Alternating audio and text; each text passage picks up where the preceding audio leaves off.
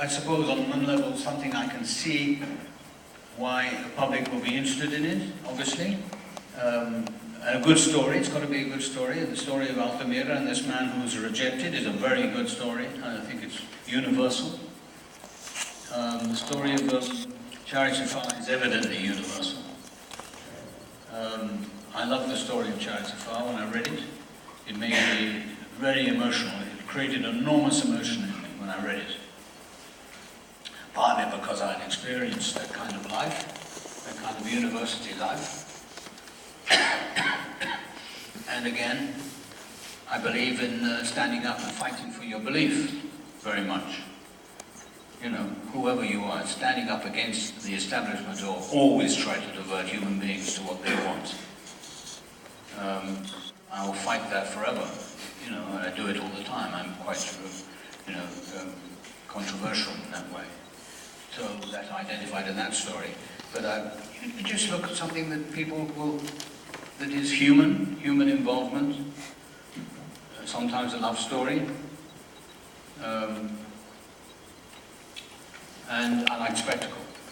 I like what you began talking about was the balance between extreme intimacy in the character and set against a spectacle of nature and action.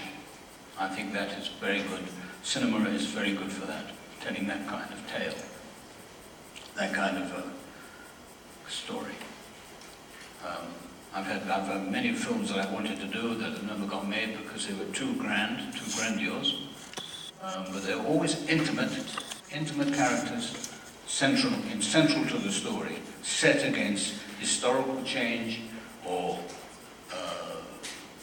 geographic grandeur. In Africa, the African film is set against geographical grandeur,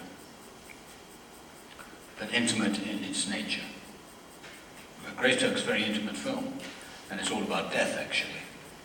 Have you seen Greystoke? Yes. Yeah, well, it's all about death. Everybody dies in it, except the central character. But, and the girl he's fallen in love with. But everybody else dies. Well, we all die, you know, I mean, you identify with that automatically. So, that's some of the things I look for.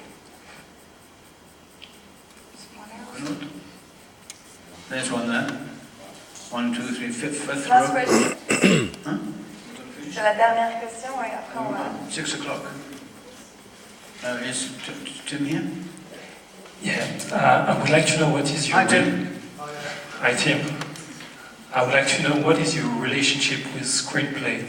Do you take part in the process of screenwriting, or is it just something you take and shoot?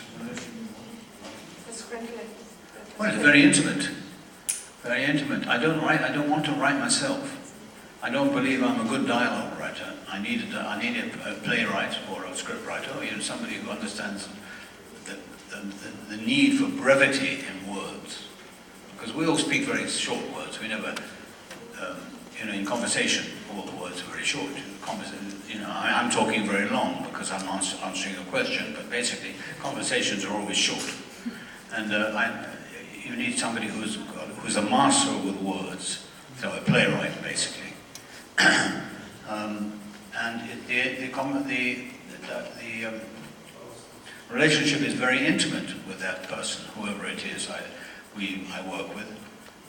We structure it together. I always like to structure the work because I'm the visual, if you like, the visualization of the words, of the characters, the characterization. And I work on the characterization with the writers, and then the writer does it, and then I look at it and I change it, or don't change it, and I adapt it, and we go to another version. But you have to go on, you have to do 10 versions sometimes. And you should be writing right up to the end, where the actors should be writing with you. If they don't like something, they rewrite it with the director, and also sometimes with the writer. And then you change it again when you edit it. So it's constant collaboration right to the very end. And in the revolution, it was 30 years later, we are still cutting it. And so you see, you still do things. I mean, in Revolution, it was the power of the director was taken away from me because they had to have it released, and I hadn't finished the film. So we finished it only 5 years ago, and it was made 30 years ago. So 25 years later, we are still playing with it, making it the film that Al Pacino and myself wanted to do, always, but we were prevented from doing it.